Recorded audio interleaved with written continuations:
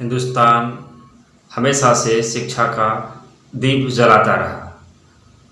खास करके सांस्कृतिक शिक्षा बोर्ड की अगर बात करें तो आज सांस्कृतिक शिक्षा बोर्ड का वो चेहरा दिखने को नहीं मिल रहा है जो हिंदुस्तान की पहचान हुआ करती थी।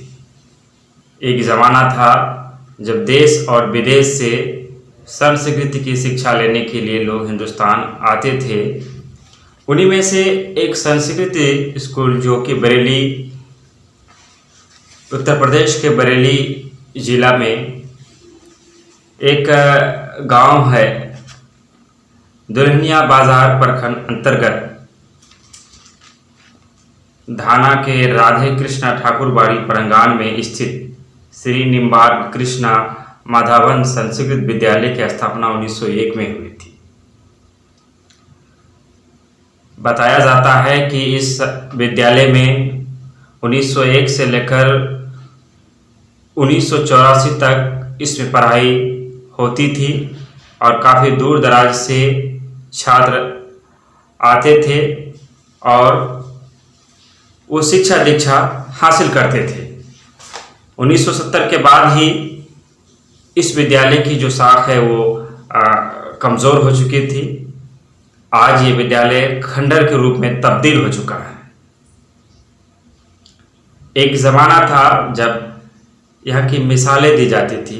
एक ज़माना था जब पूरे हिंदुस्तान के कोने कोने से इस सांस्कृतिक विद्यालय में छात्र जाते थे और वहाँ पर एक बेहतरीन शिक्षा उन्हें मिलता था। आज एक तरह से लुप्त कर दिया गया है। इसी तरह से पूरे भारतवर्ष में कई ऐसे पुराने सांस्कृतिक विद्यालय हैं जो खंडर के रूप में तब्दील हो चुके हैं।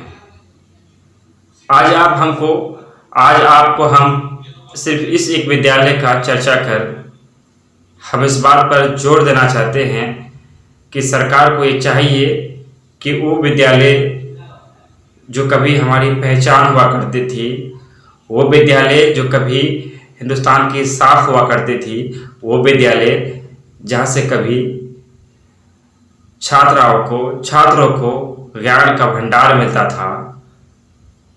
संस्कृत हिंदुस्तान की एक ऐसी भाषा है जिससे हिंदुस्तान का इतिहास जुड़ा हुआ है, काफ़ी प्राचीन भाषा है और उस भाषा का संरक्षण तभी बेहतर तरीके से हो सकता है जब संस्कृत शिक्षा बोर्ड को सुचारू रूप से लाया जाएगा। सरकार उसे फंड देने का काम करेगा, सरकार उसमें अच्छे शिक्षकों की बहाली करेगी, सरकार उन डिग्रियों का वैल्यू देगा। जहाँ पर संस्कृत विद्यालय बने हुए हैं उनके सौंदर्यीकरण पर ध्यान दे और आधुनिक शिक्षा से उसे लैस किया जाए, तब जाकर फिर से संस्कृत जो विद्यालय हैं वो अपनी जो वजूद खो चुके हैं उस वजूद में वापस आ सकता है। मैं समझता हूँ कि इस पर बात करने की ज़रूरत है, इस पर बात होनी चाहिए।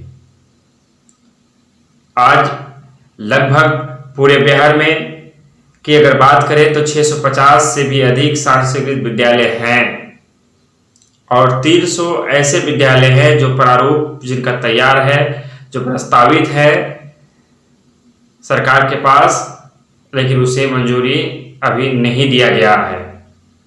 जिसे नहीं दिया गया है मैं उसकी बात नहीं करना चाहूँगा, लेकिन जो है उस पर सरकार को काम करने की ज़रूरत है और उनके सौंदर्यीकरण पर सरकार को बात करने की भी ज़रूरत है।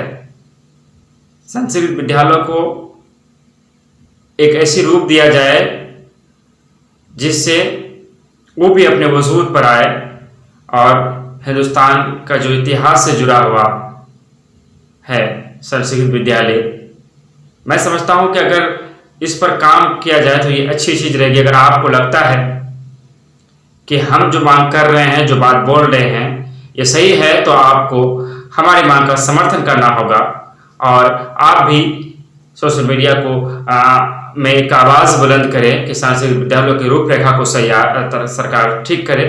स्पेशल बिहार सरकार से हम कहना चाहेंगे, बिहार सरकार के बाद केंद्र सरकार से भी कहना चाहेंगे, संस्कृत विद्यालयों पर जो लुप्त हो रहे हैं, खास करके बरेली का जो ये विद्यालय हैं, जो आज आप जाकर देखेंगे तो खंडर में तब्दील हो चुका है, इसे अगर फिर से इसका सौंदर्यीकरण करके इसे बजट के तहत एक बजट बना करके इन्हें सजाया जाए, इन्हें फिर से शिक्षा दीक्षा के लिए तैयार किया जाए, वहाँ शिक्षकों की बहाली किया जाए, तो मैं समझता हूँ कि एक अच्छी चीज़ होगी।